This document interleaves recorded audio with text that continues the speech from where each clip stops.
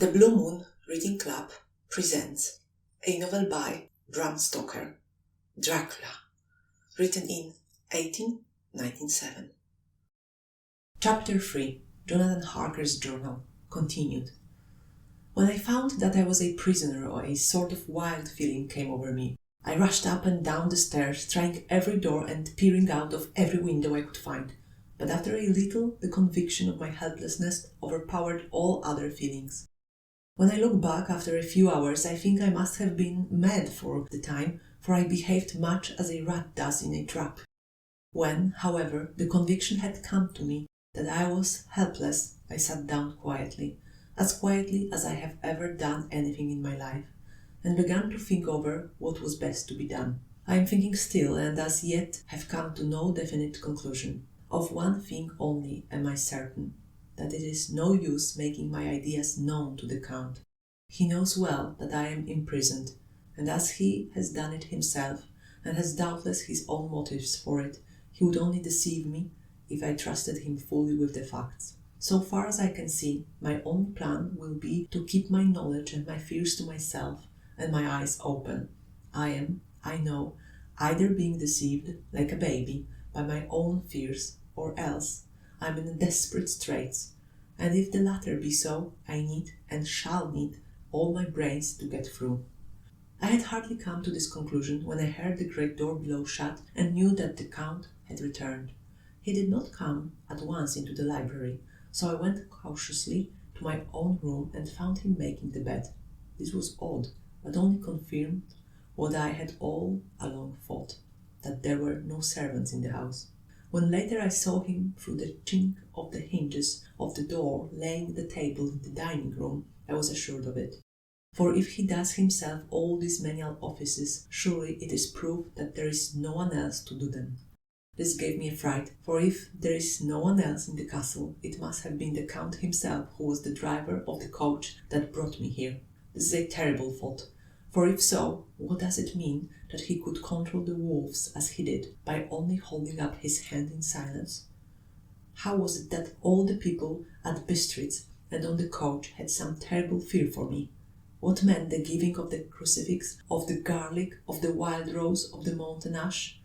Bless that good woman who hung the crucifix round my neck, for it is a comfort and a strength to me whenever I touch it. It is odd that a thing which I have been taught to regard with disfavour and as idolatrous should in a time of loneliness and trouble be of help. Is it that there is something in the essence of the thing itself, or that it is a medium, a tangible help in conveying memories of sympathy and comfort? Sometime, if it may be, I must examine this matter and try to make up my mind about it. In the meantime, I must find out all I can about Count Dracula, as it may help me to understand. Tonight he may talk of himself. If I turn the conversation that way, I must be very careful, however, not to awake his suspicion. Midnight. I have had a long talk with the Count. I asked him a few questions on Transylvania history, and he warmed up to the subject wonderfully. In his speaking of things and people, and especially of battles, he spoke as if he had been present at them all. This he afterwards explained by saying that to a boyar, the pride of his house and name is his own pride, that their glory is his glory, that their fate is his fate. Whenever he spoke of his house, he always said we, and spoke almost in the plural, like a king speaking.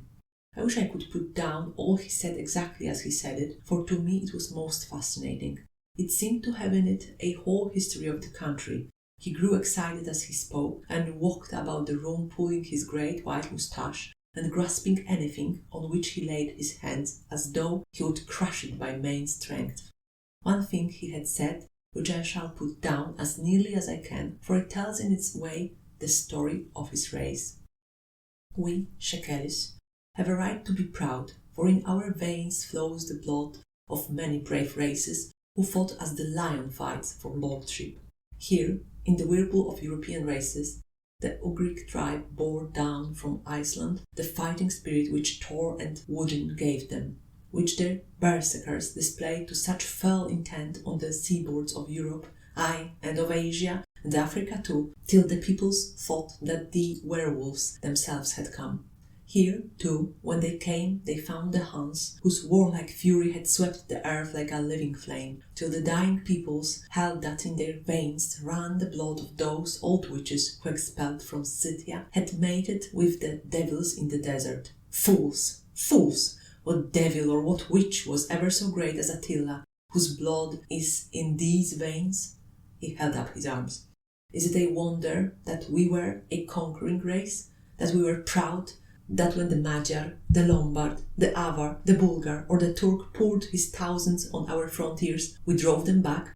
Is it strange that when Arpad and his legions swept through the Hungarian fatherland, he found us here when he reached the frontier? That the Honfoglalas was completed there? And when the Hungarian flood swept eastward, the Shekelis were claimed as kindred by the victorious Magyars, and to us for centuries was trusted the guarding of the frontier of Turkeyland? Ay, and more than that, endless duty of the frontier guard, for as the Turks say, water sleeps and enemy is sleepless. Who more gladly than we throughout the 4 nations received the bloody sword, or at its warlike call flocked quicker to the standard of the king? When was redeemed that great shame of my nation, the shame of Kasova, when the flags of the Valak and the Magyar went down beneath the crescent?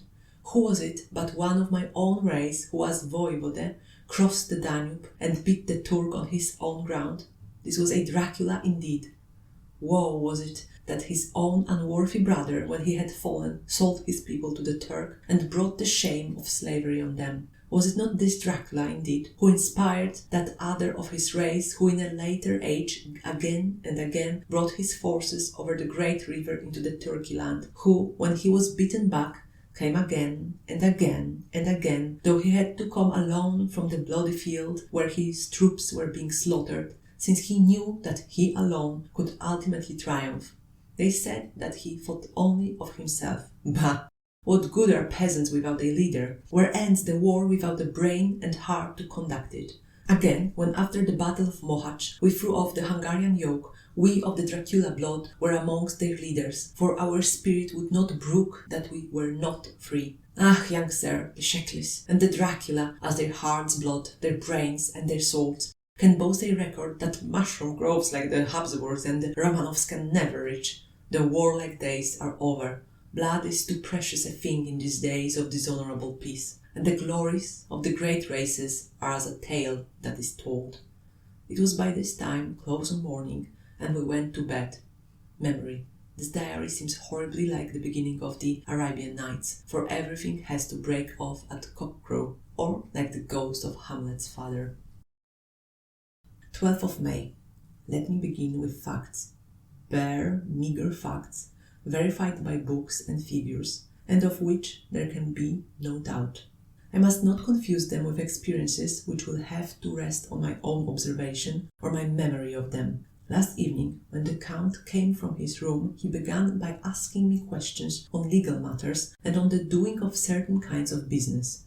I had spent the day wearily over books, and simply to keep my mind occupied, went over some of the matters I had been examined in at Lincoln's Inn. There was a certain method in the Count's inquiries, so I shall try to put them down in sequence. The knowledge may somehow or sometime be useful to me.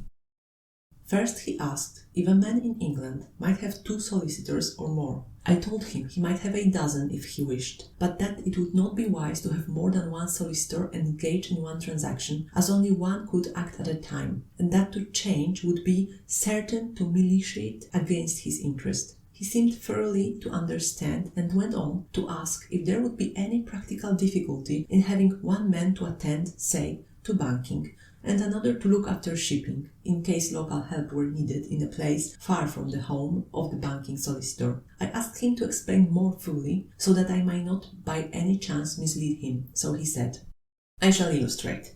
Your friend and mine, Mr. Peter Hawkins, from under the shadow of your beautiful Cathedral of Exeter, which is far from London, buys for me, through your good self, my place at London. Good. Now, here, let me say frankly, lest you should think it strange that I have sought the services of one so far off from London, instead of someone resident there, that my motive was that no local interest might be served save my wish only, and as one of London residents might, perhaps, have some purpose of himself or friend to serve, I went vast afield to seek my agent, whose labours should be only to my interest. Now, suppose I, who have much of affairs, wish to ship goods, say, to Newcastle, or Durham, or Harwich, or Dover, might it not be that it could, with more ease, be done by consigning to one in these ports? I answered that certainly it would be most easy, but that we solicitors had a system of agency, one for the other, so that local work could be done locally on instruction from any solicitor, so that the client, simply placing himself in the hands of one man, could have his wishes carried out by him without further trouble. But, said he, I could be at liberty to direct myself. Is it not so? Of course, I replied, and such is often done by men of business who do not like the whole of their affairs to be known by any one person. Good, he said, and then went on to ask about the means of making consignments and the forms to be gone through, and of all sorts of difficulties which might arise, but by forethought could be guarded against. I explained all these things to him to the best of my ability, and he certainly left me under the impression that he would have made a wonderful solicitor, for there was nothing that he did not think of or foresee. For a man who was never in the country, and who did not evidently do much in the way of business, his knowledge and acumen were wonderful. When he had satisfied himself on these points of which he had spoken, and I had verified all as well as I could by the books available, he suddenly stood up and said, "Have you written since your first letter to our friend Mr. Peter Hawkins, or to any other?" It was with some bitterness in my heart that I answered that I had not, that as yet I had not seen any opportunity of sending letters to anybody. "Then write now, my young friend," he said, laying a heavy hand on my shoulder. "Write to our friend and to any other, and say, if it will please you, that you shall stay with me until a month from now." "Do you wish me to stay so long?" I asked, for my heart grew cold at the thought. "I desire it much. Nay, I will take no refusal. When your master, employer, what you will, engaged that someone should come on his behalf, it was understood that my needs only were to be consulted. I have not stinted. Is it not so?" What could I do but bow acceptance? It was Mr. Hawkins's interest, not mine, and I had to think of him, not myself. And besides, while Count Dracula was speaking, there was that in his eyes and in his bearing which made me remember that I was a prisoner, and that if I wished it, I could have no choice. The Count saw his victory in my bow, and his mastery in the trouble of my face, for he began at once to use them, but in his own smooth, resistless way. "I pray you, my good young friend, that you will not discourse of things other than business in your letters. It will doubtless please your friends to know that you are well, and that you look forward to getting home to them. Is it not so?"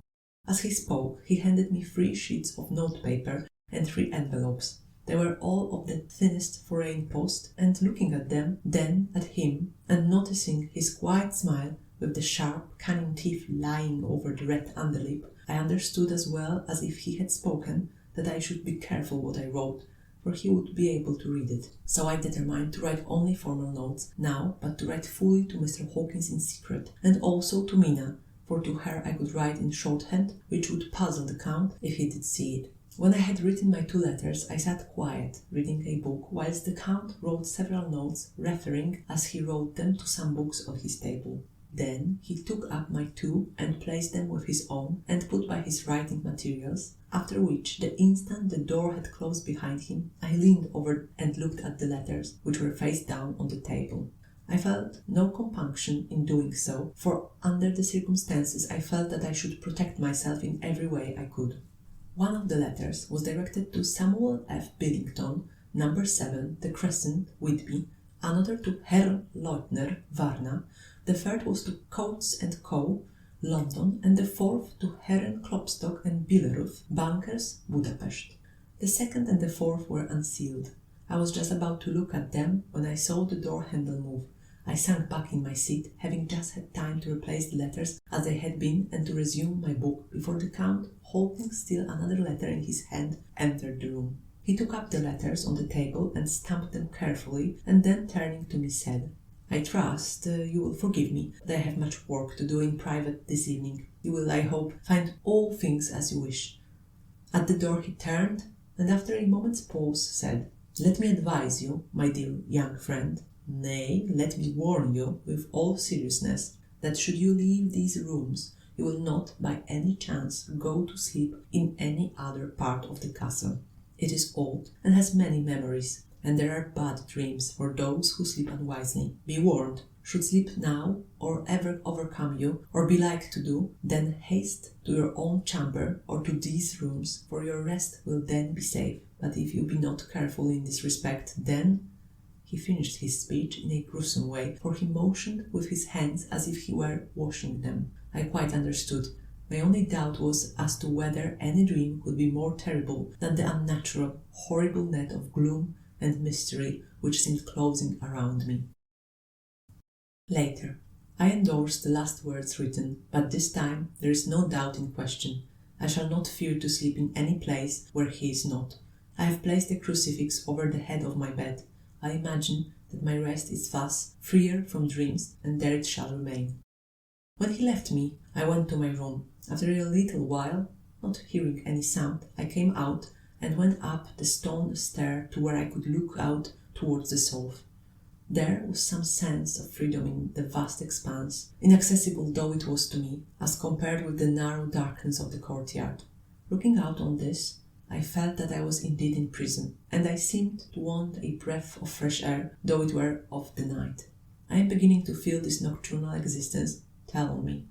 It is destroying my nerve. I stare at my own shadow, and am full of all sorts of horrible imaginings. God knows that there is ground for my terrible fear in this accursed place. I looked out over the beautiful expanse, bathed in soft yellow moonlight, till it was almost as light as day. In the soft light the distant hills became melted, and the shadows in the valleys and gorges of velvety blackness. The mere beauty seemed to cheer me. There was peace and comfort in every breath I drew.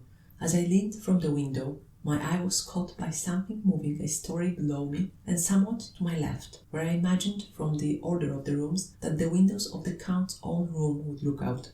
The window at which I stood was tall and deep, stone-mullioned, and though weather-worn, was still complete, but it was evidently many a day since the case had been there. I drew back behind the stonework and looked carefully out.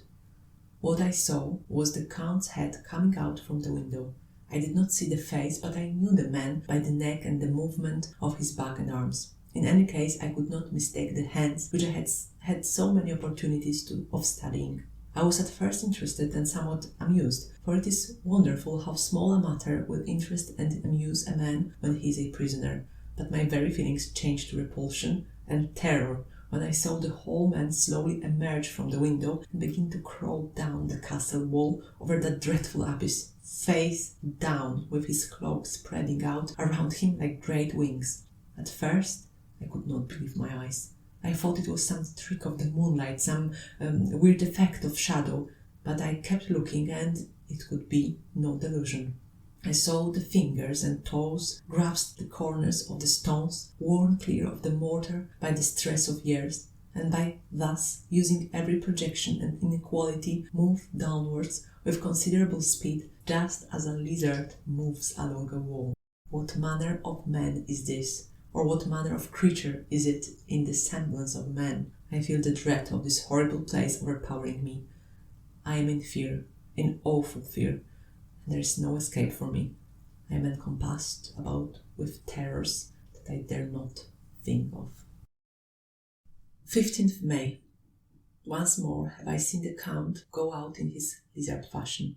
He moved downwards in a sidelong way, some 100 feet down and a good deal to the left. He vanished into some hole or window. When his head had disappeared, I leaned out to try and see more, but without avail. The distance was too great to allow a proper angle of sight. I knew he had left the castle now, and thought to use the opportunity to explore more than I had dared to do as yet. I went back to the room, and taking a lamp, tried all the doors. They were all locked, as I had expected, and the locks were comparatively new. But I went down the stone stairs to the hall where I had entered originally. I found I could pull back the bolts easily enough and unhook the great chains, but the door was locked, and the key was gone. That key must be in the Count's room. I must watch should his door be unlocked, so that I may get it and escape. I went on to make a thorough examination of the various stairs and passages, and to try the doors that opened from them. One or two small rooms near the hall were open, but there was nothing to see in them, except old furniture, dusty with age and moth-eaten.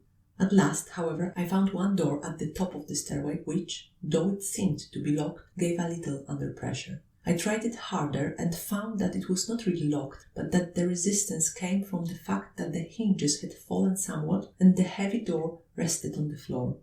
Here was an opportunity which I might not have again, so I exerted myself and with many efforts forced it back so that I could enter.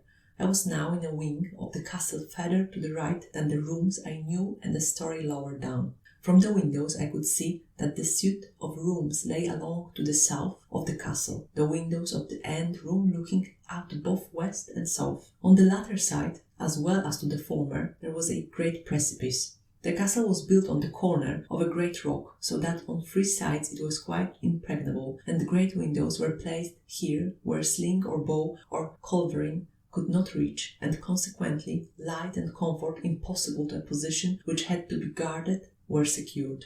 To the west was a great valley, and then, rising far away, great jagged mountain fastnesses, rising peak on peak, the sheer rock studded with mountain ash and thorn, whose roots clung in cracks and crevices and crannies of the stone.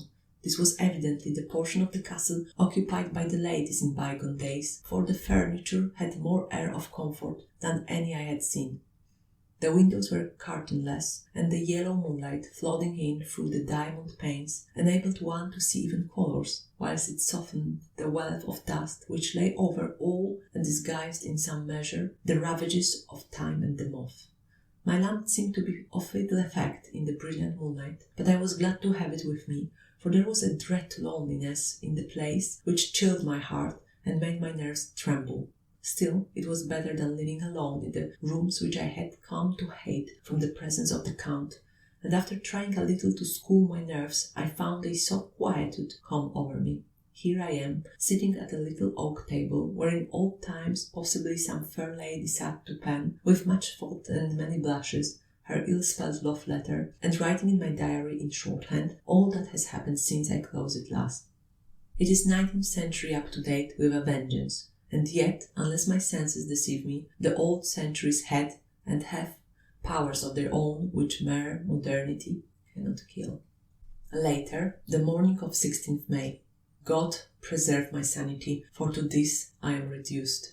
Safety and the assurance of safety are things of the past. Whilst I live on here, there is but one thing to hope for, that I may not go mad, if indeed I be not mad already.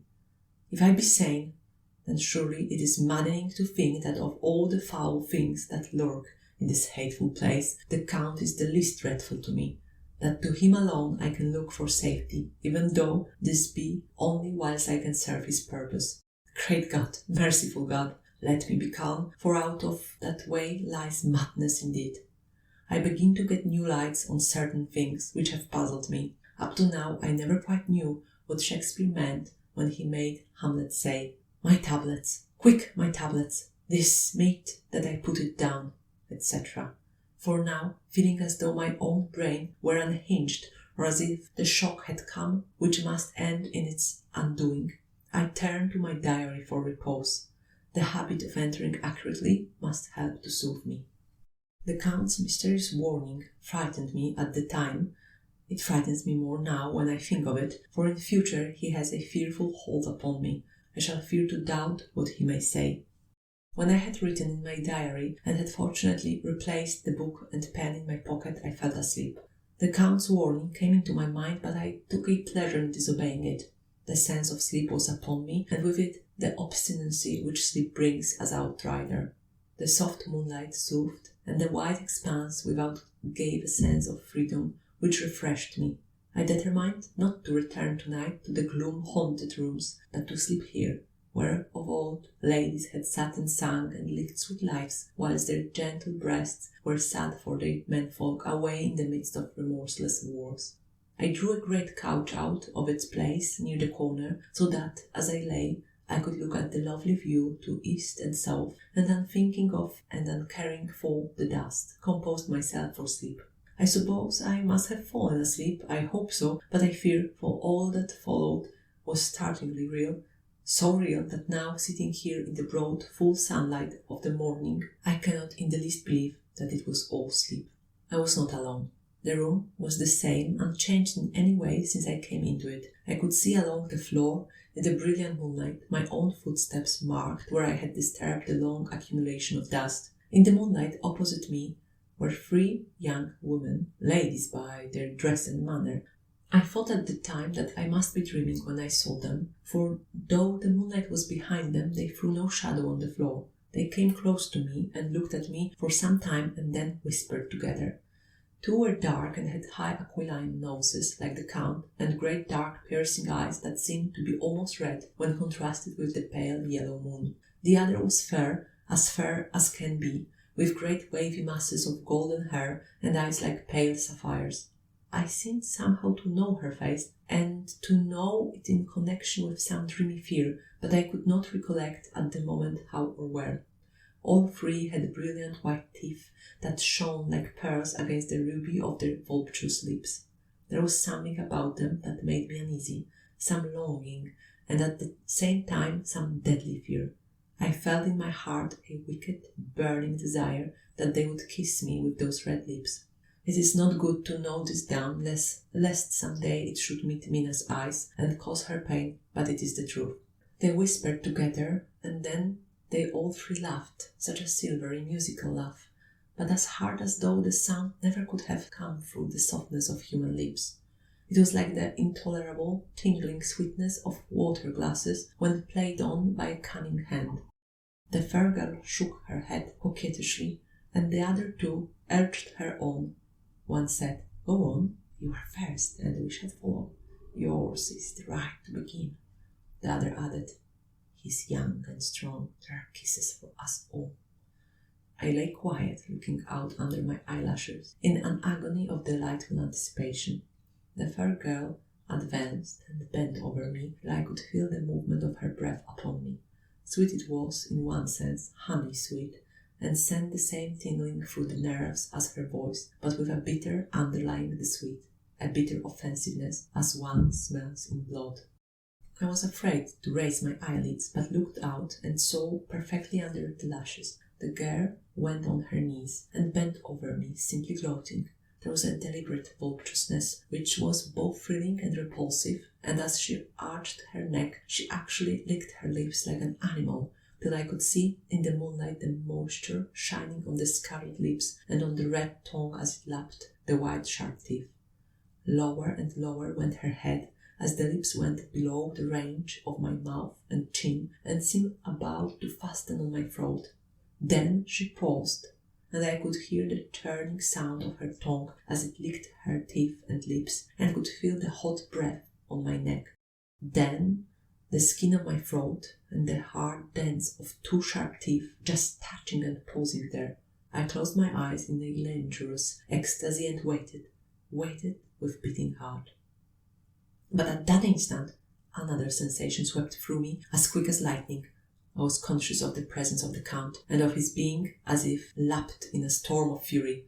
As my eyes opened involuntarily, I saw his strong hand grasp the slender neck of the fair woman, and with giant's power draw it back, the blue eyes transformed with fury, the white teeth champing with rage, and the fair cheeks blazing red with passion. But the Count, never did I imagine such wrath and fury, even to the demons of the pit. His eyes were positively blazing. The red light in them was lurid, as if the flames of hell fire blazed behind them. His face was deathly pale, and the lines of it were hard like drawn wires. The thick eyebrows that met over the nose now seemed like a heaving bar of white-hot metal. With a fierce sweep of his arm, he hurled the woman from him, and then motioned to the others as though he were beating them back. It was the same imperious gesture that I had seen used to the wolves. In a voice which, though low and almost in a whisper, seemed to cut through the air and then ring round the room, he said, "How dare you touch him, any of you? How dare you cast eyes on him when I had forbidden it? Back, I tell you all. This man belongs to me. Beware how you meddle with him, or you will have to deal with me." The fair girl, with a laugh of ribald coquetry, turned to answer him. "You yourself never loved. You never love."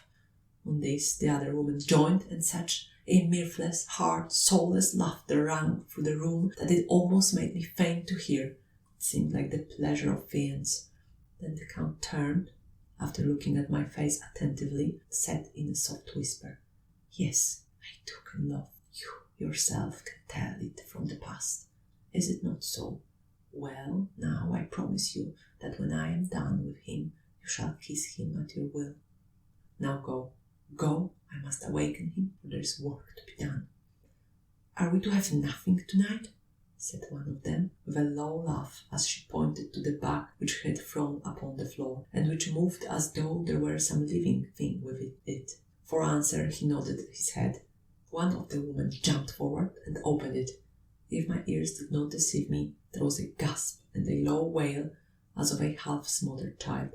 The women closed round, whilst I was aghast with horror, but as I looked they disappeared, and with them the dreadful bag. There was no door near them, and they could not have passed me without my noticing. They simply seemed to fade into the rays of the moonlight and pass out through the window, for I could see outside the dim, shadowy forms for a moment before they entirely faded away. Then the horror overcame me, and I sank down unconscious.